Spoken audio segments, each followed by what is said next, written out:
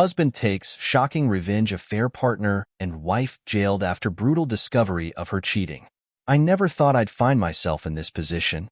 My name is Mark, and I've always considered myself an ordinary guy. A good husband, a reliable mechanic, a father to our son.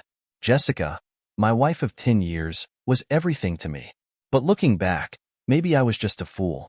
It started innocently enough, the little changes that seemed like nothing at first.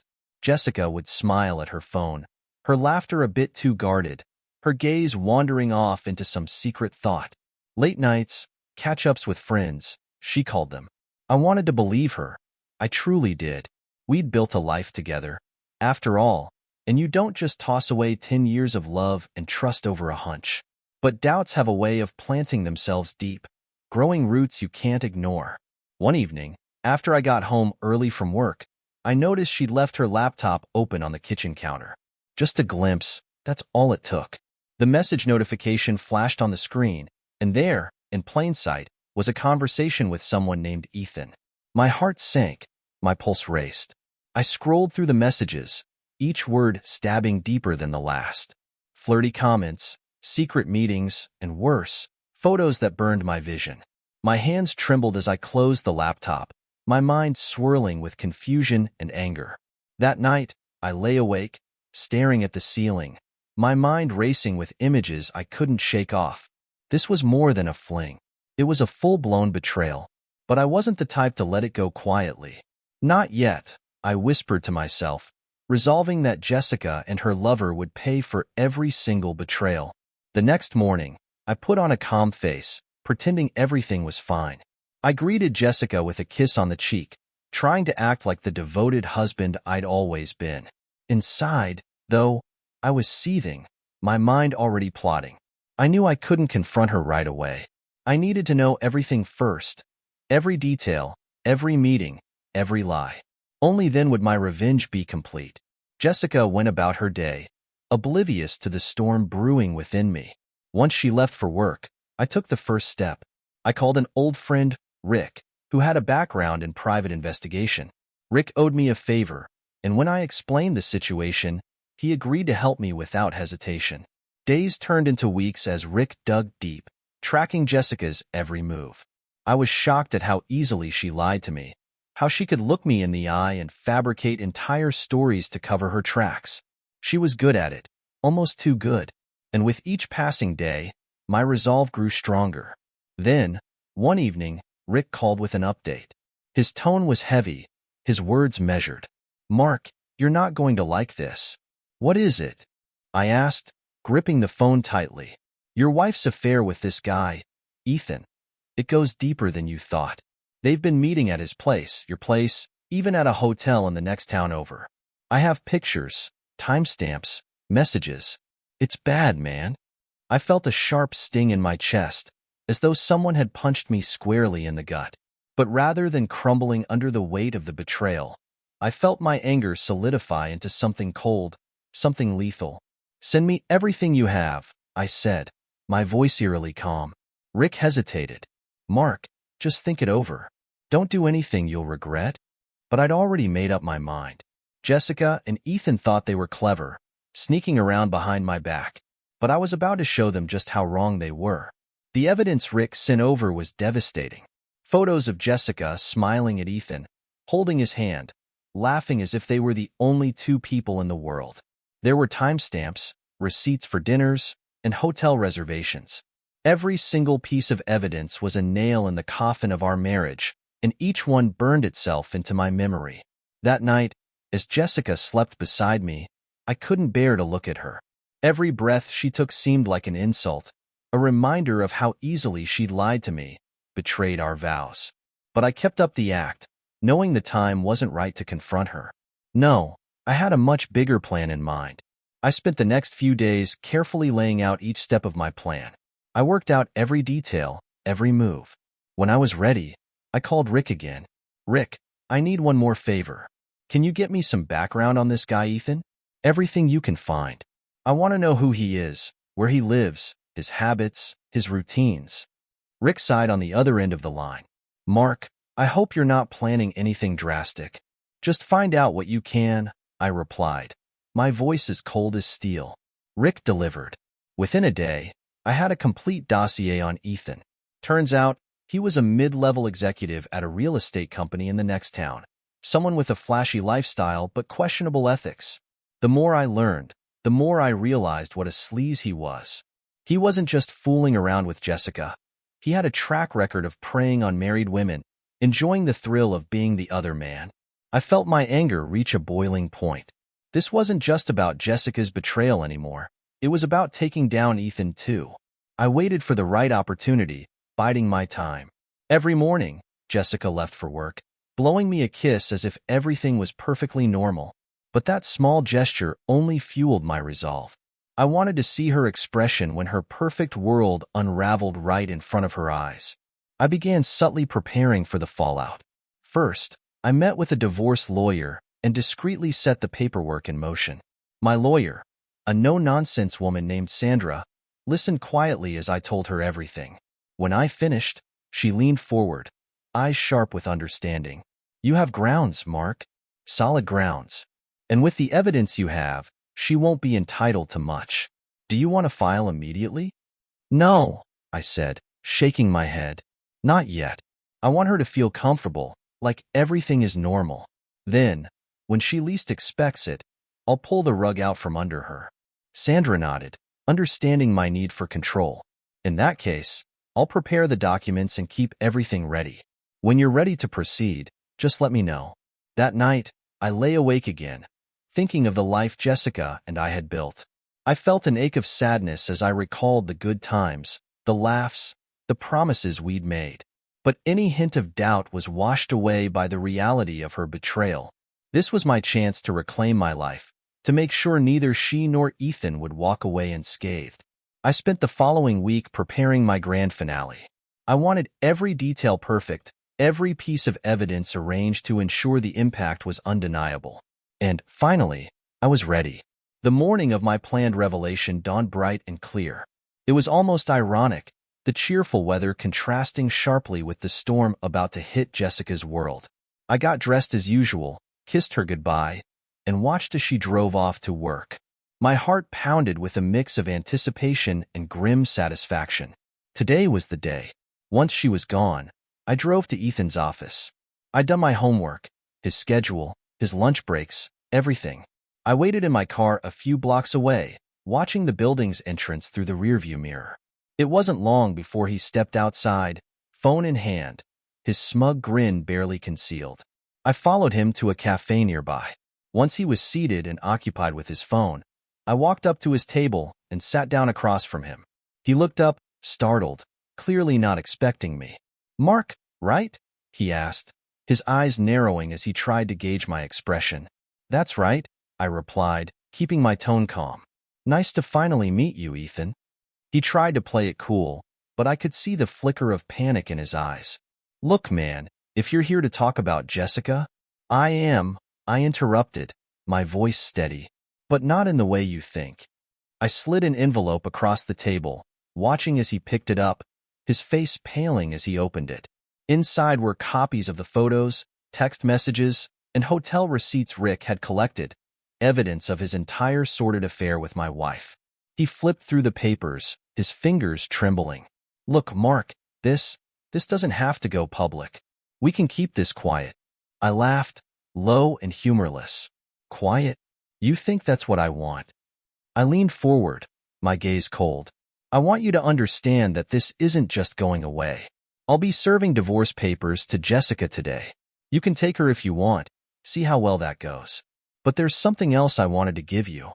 I reached into my jacket and handed him a second envelope, his eyes widening as he opened it. Inside was a cease and desist letter, warning him to stay away from my family or face legal action. "You stay away from my son, from my house, and from my life. And if I find you anywhere near them, I promise you won't like what happens next." Ethan looked down, defeated, his earlier bravado shattered. Without another word, I stood up, leaving him there to stew in his own misery. I could feel the weight lifting off my shoulders. Step 1. Complete. With Ethan effectively cornered, I returned home to finalize the preparations for my confrontation with Jessica. I arranged the evidence neatly in a folder. Photos, messages, hotel bills, all there, ready to bring her lies crashing down. I set the divorce papers on top, a fitting capstone to the betrayal she tried so hard to conceal. That evening, I planned a family dinner. I told Jessica it was just a quiet night in, something to unwind and reconnect, as she'd been hinting at needing for weeks. I could sense her curiosity. She kept glancing at me, probably wondering why I was acting so relaxed. The irony of it almost made me laugh. As we sat down to eat, I asked her about her day. She responded casually, her tone breezy, telling me she'd been busy at work, nothing unusual. I forced myself to listen, nodding along, my heart racing as I steeled myself for what was to come. When dinner was over, I took a deep breath. Jessica, there's something I need to talk to you about. She looked up, a hint of concern in her eyes. Is everything okay? Funny you should ask that, I said, my voice calm. I've been thinking a lot about our marriage, about honesty, trust, and how those things seem to have faded between us. She frowned, her gaze darting away. Mark, what are you talking about? I took the folder from beside me, laying it on the table and opening it to the first page. A photograph of her and Ethan together, laughing, their faces close. Jessica's expression shifted from confusion to shock. Her face went pale, her mouth opening and closing as she searched for words. Care to explain? I asked, flipping the page to a message exchange between them. Or should I keep going? Jessica stammered, reaching out as if to stop me. Mark, please. I can explain. It's not what it looks like. Oh, it's not what it looks like? I cut her off, my voice rising. You've been lying to me for months, sneaking around, hiding messages, meeting him behind my back. You really thought I wouldn't find out? Tears sprang to her eyes, but I felt nothing as she choked out an apology. I'd already braced myself against any emotional pull she might try to use. This wasn't just a betrayal. It was a fundamental breakdown of everything I thought we had. And she didn't deserve my sympathy. Mark, I'm so sorry, she pleaded, her voice breaking. I was lonely, and I made a mistake. But I love you, and I can make this right. We can work through this. No, I said sharply, cutting her off. There's no we anymore. I'm done. I took out the divorce papers, sliding them across the table. Her hands trembled as she looked down, her tears turning to open sobs. I had never seen her so vulnerable, so stripped of her usual confidence. But that's what betrayal does. It leaves you with nothing. Sign them, I said, my tone as cold as I felt inside. Jessica stared at the papers in shock, her hands shaking as she tried to process the gravity of the situation. Mark, please, don't do this. Think about everything we've built, about our family. I shook my head, keeping my gaze fixed on her. I thought about that every day. I thought about it while you were out working late, while you were sneaking around with him. It didn't matter to you then, so don't try to make it matter now. She sobbed, her face buried in her hands. I made a terrible mistake, but I can change. I'll cut things off with Ethan. I'll do whatever it takes to fix this. I let out a bitter laugh, the sound foreign even to my own ears. Cut him off? Jessica, it's too late for that. You made your choices, and now you have to live with the consequences. I stood up, pushing the papers closer to her. Sign them, Jessica. This is over. She looked up, her eyes puffy and red, desperation etched into her face. Mark, please, don't throw everything away over this. We can get counseling, work through it together. I'm begging you. I hardened my expression, refusing to let her words sway me. I'm not the one who threw it all away, Jessica. You did that when you decided to cheat. You broke this marriage. You don't get to fix it now that the truth is out. Jessica's shoulders slumped, the fight slowly draining out of her. She picked up the pen, her fingers trembling as she scrawled her name across the line. I watched her, feeling a strange sense of satisfaction and sadness mingling within me. This was the end of a life I'd once cherished, but it was also the beginning of a life where I wouldn't be a fool.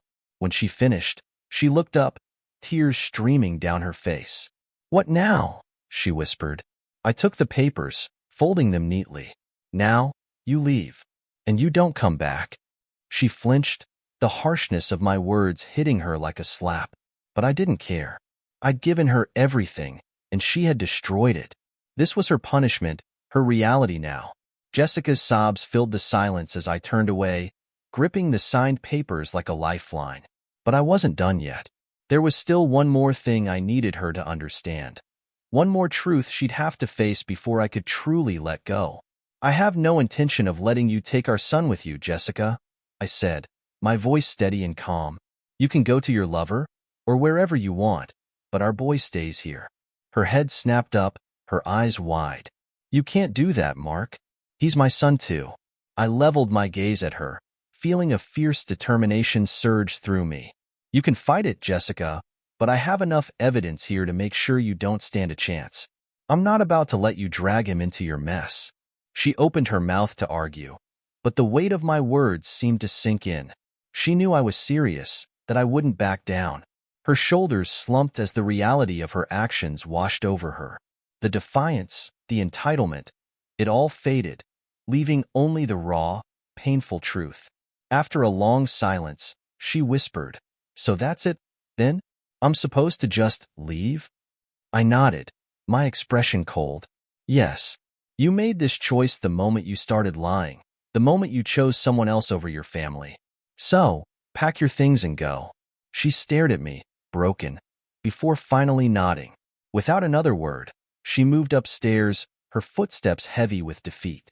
I stood there, listening to the sound of drawers opening and closing, each movement a reminder of the life we once shared, now ending in fragments. When she finally came back down, she had a small suitcase in her hand, her face pale and streaked with tears. She paused at the door, looking back at me one last time. But I held her gaze, resolute, not giving her even a shred of the forgiveness she might have hoped for. As the door closed behind her, I took a deep breath, feeling a strange sense of peace settle over me. The storm was over, and all that was left was to rebuild. The days after Jessica's departure were quiet, eerily so. For the first time in a long while, I could breathe without feeling the suffocating weight of betrayal pressing down on me. Our son, Sam, asked about his mother, and I told him the simplest truth I could manage, that she needed time to think about some things. I reassured him that everything was going to be okay, and threw myself into creating a routine that would keep both of us moving forward. It was strange, really. I'd once thought that I couldn't live without Jessica, that she was the one constant in my life. But now that she was gone, I found myself rediscovering parts of me I'd forgotten existed. I took Sam out to the park, taught him how to ride his bike without training wheels, and even started cooking us dinner every night. It was a small way to reclaim control, a reminder that life could continue, even after devastation. And then, just when I thought I could put it all behind me, Jessica tried to reach out. It started with phone calls, which I ignored, letting them go to voicemail. Then came the text messages, each one more desperate than the last. She wanted to talk, to explain, to apologize yet again. She said she was willing to do anything to fix things, that she missed us. But I didn't respond. She'd made her choice and I'd made mine. A week later, I received an envelope in the mail from her. I debated throwing it out without even looking, but curiosity got the best of me. Inside was a letter, pages of apologies and explanations, each line dripping with remorse. She told me she was staying at a friend's place, that she was seeing a therapist, trying to understand why she had made the choices she did. Her words, however, felt hollow, like they couldn't bridge the chasm she'd created between us. The letter wasn't for me. It was for her. It was her way of absolving herself, of trying to convince herself that she was still the person she wanted to be. I tossed the letter into the trash, feeling no regret. Days turned into weeks, and the quiet solitude I'd grown to appreciate became my new normal. Every day, Jessica's calls came in, and every day I ignored them. She sent more letters, each filled with promises and pleas. But her words fell on deaf ears. The damage was done, and no apology could fix what she destroyed. One evening, as I was settling down after putting Sam to bed, there was a knock at the door. My heart pounded as I opened it, half expecting Jessica to be standing there. But it wasn't her, it was Ethan. He looked different without the smug grin he'd worn in all those pictures.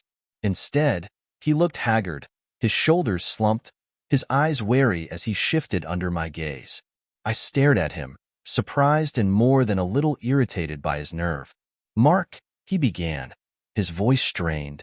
"I know I'm the last person you want to see, but I need to talk to you."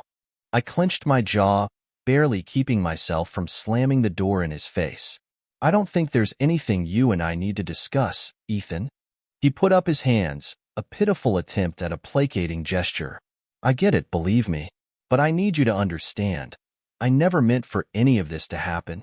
Jessica, she told me things about your marriage, made it sound like you were distant, like you didn't care. I believed her." A dark, bitter laugh escaped me. "And you thought that justified sneaking around with a married woman? You thought that was enough to destroy a family?" Ethan looked down, his face flushed with shame. "No, you're right. I don't have an excuse for what I did. I just wanted to apologize, man. I know it doesn't mean much, but I regret it. If I could go back—" "Spare me the guilt trip, Ethan," I said, my voice cold. "I don't want your apology. You made your choices, just like Jessica did. Now, you both get to live with them." He nodded, swallowing hard. "I get it. I just wanted to say my piece." Without another word, I closed the door in his face, locking it behind me. I didn't need his regret. I didn't need anything from him. As I walked away, I felt a sense of closure wash over me. Both of them had tried to find absolution, but I wasn't interested. I was done with both of them, and that was that. After Ethan's unexpected visit, a new sense of calm settled over me. I'd faced down the two people who'd turned my life upside down, and now I was ready to leave the past where it belonged, behind me. As weeks turned into months, the routines I'd created with Sam took root. We became an unbreakable team, adapting to our new life with surprising ease. I hadn't just survived Jessica's betrayal. I'd found a way to thrive beyond it. Friends and family who knew what had happened rallied around us, offering support and encouragement as I rebuilt the pieces. One day, I got a call from Sandra, my lawyer, with news that surprised me. "Mark, it looks like Jessica's lawyer has filed a counterpetition. She's requesting partial custody." I felt my grip tighten on the phone, anger flaring at the thought. Jessica had barely reached out to Sam since she'd left. Sure, there'd been calls and texts, but they'd tapered off. Now she was suddenly interested in being a part of his life? What's her angle here? I asked, my voice tight. Sandra sighed. It could be genuine remorse, or she could just be hoping to retain some connection now that her relationship with Ethan's in shambles. Either way, I'd advise you to prepare yourself. She might push hard on this. I took a deep breath, nodding despite the frustration swirling inside me. Do whatever it takes, Sandra. I'm not letting her disrupt his life just because she feels guilty. The following days were filled with meetings, preparations, and statements from friends and family who'd witnessed Jessica's neglect.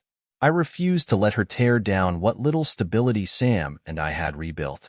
As much as I wanted to shield him from the fallout of his mother's choices, I knew I'd have to face this battle head-on. I'd already fought for my dignity and self-respect. Now, I was ready to fight for my son. The custody battle dragged on, with every new hearing feeling like a wound reopened. Jessica arrived each time with carefully rehearsed stories, dressed in modest clothes, tears in her eyes. She painted herself as a remorseful mother, desperate to reconnect with the son she'd all but abandoned. Her lawyer spun a narrative of redemption, saying that she'd changed, that she deserved a chance to be in her son's life. But I didn't let their tactics sway me. I presented the facts, unvarnished and unembellished. I provided messages, photos, and accounts from neighbors and friends who'd seen how she'd walked away without a second thought. I emphasized Sam's well-being, how he'd adjusted to our life without her disruptions. The courtroom atmosphere was tense every time, thick with unspoken accusations and bitter resentment. Yet, throughout it all, I never wavered. My focus remained solely on protecting Sam from the fallout of Jessica's reckless decisions. One afternoon, after yet another grueling day in court, I saw Jessica waiting outside as I walked to my car. She approached me cautiously, her face etched with worry. "Mark, can we talk?" she asked softly. I sighed, crossing my arms. "What is there left to say, Jessica?" She hesitated, glancing around as if unsure where to begin. I'm sorry, Mark. For everything. For hurting you. For destroying what we had. I know I can't undo the damage, but I want to be there for Sam. I want a chance to make things right with him. I searched her face, looking for any sign of sincerity.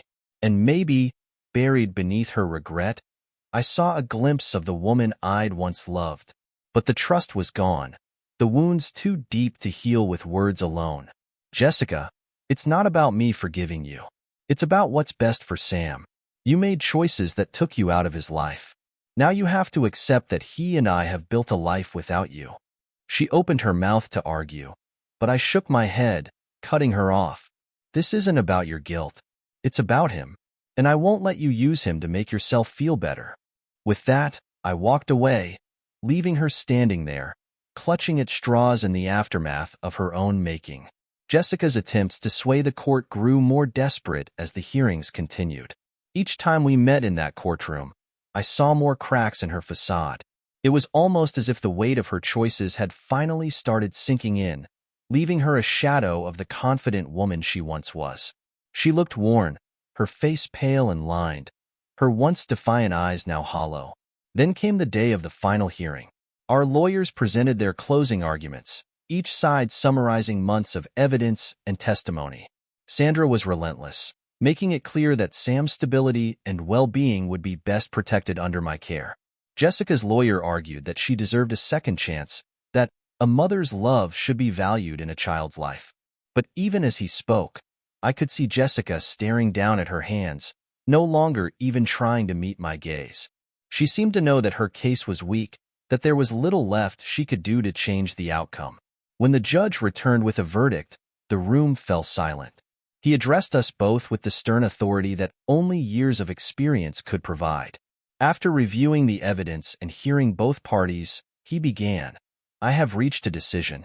Given the stability provided by the father, as well as his consistent presence in Sam's life, I am awarding primary custody to Mr. Mark Davis. Mrs. Davis, he added, his tone softening, you will have limited visitation, supervised initially, with the possibility of increased access upon demonstration of genuine commitment and positive impact on Sam's life. I felt a rush of relief so profound it nearly buckled my knees. This was the victory I'd fought so hard for, the protection I needed to ensure for my son's well-being. But when I looked over at Jessica, I saw the realization hit her like a tidal wave. She was silent, motionless, as though the verdict had drained what little hope she'd clung to. Outside the courthouse, Sandra gave me a firm handshake, a rare smile breaking through her usual professional demeanor. You did well, Mark. You fought for him and won. Take good care of your son. Thank you, Sandra, for everything. As she walked away, I took a moment to let it all sink in. The battle was over, and Sam was safe. There would still be challenges, but now, I had control over what came next. In the weeks following the final hearing, life finally started to feel normal. For the first time in what felt like years, I could wake up each morning without the weight of uncertainty looming over me. Sam and I settled into a comfortable rhythm, our days filled with laughter, shared meals, and bedtime stories. I could see how much happier and more secure he seemed, and I took pride in knowing I had fought for that peace. But Jessica's shadow still lingered, though now on the periphery. She exercised her limited visitation rights, showing up for her scheduled times with Sam. At first, her visits were short, stilted affairs, with supervised visits at a neutral location. Sam was polite but distant, his loyalty to me unshakable. I could tell he was struggling with conflicting emotions, still holding a small flame of hope for his mother, yet unable to fully bridge the gap her actions had created. After one visit, he climbed into my car, unusually quiet, his small brow furrowed as he buckled his seatbelt. I waited for him to speak, sensing that something was weighing on him. "Dad," he finally said, his voice hesitant. "Why did Mom have to go away?" I took a deep breath, choosing my words carefully. Sometimes grown-ups make mistakes, Sam. Big mistakes. And when they do, it can hurt the people they love, even if they don't mean to. He was quiet, absorbing my answer with the seriousness only a child could muster. "Does that mean she doesn't love me?" "No, buddy. I put a hand on his shoulder, looking him in the eye. Your mom loves you. She just lost her way for a while. But you don't have to worry about that now. You've got me, and I'm not going anywhere. He nodded, a small smile tugging at the corners of his mouth as he leaned back into his seat. That simple moment, a promise, a reassurance, was all he needed to let it go, at least for now. As we drove home, I felt a sense of closure settling over me. Jessica had made her choices, and Sam and I would move forward, building our own life, our own future. I'd come out of this fight with scars, but they were healing. And with Sam by my side, I was ready to face whatever came next. Months passed, and with each day, the weight of the past grew lighter.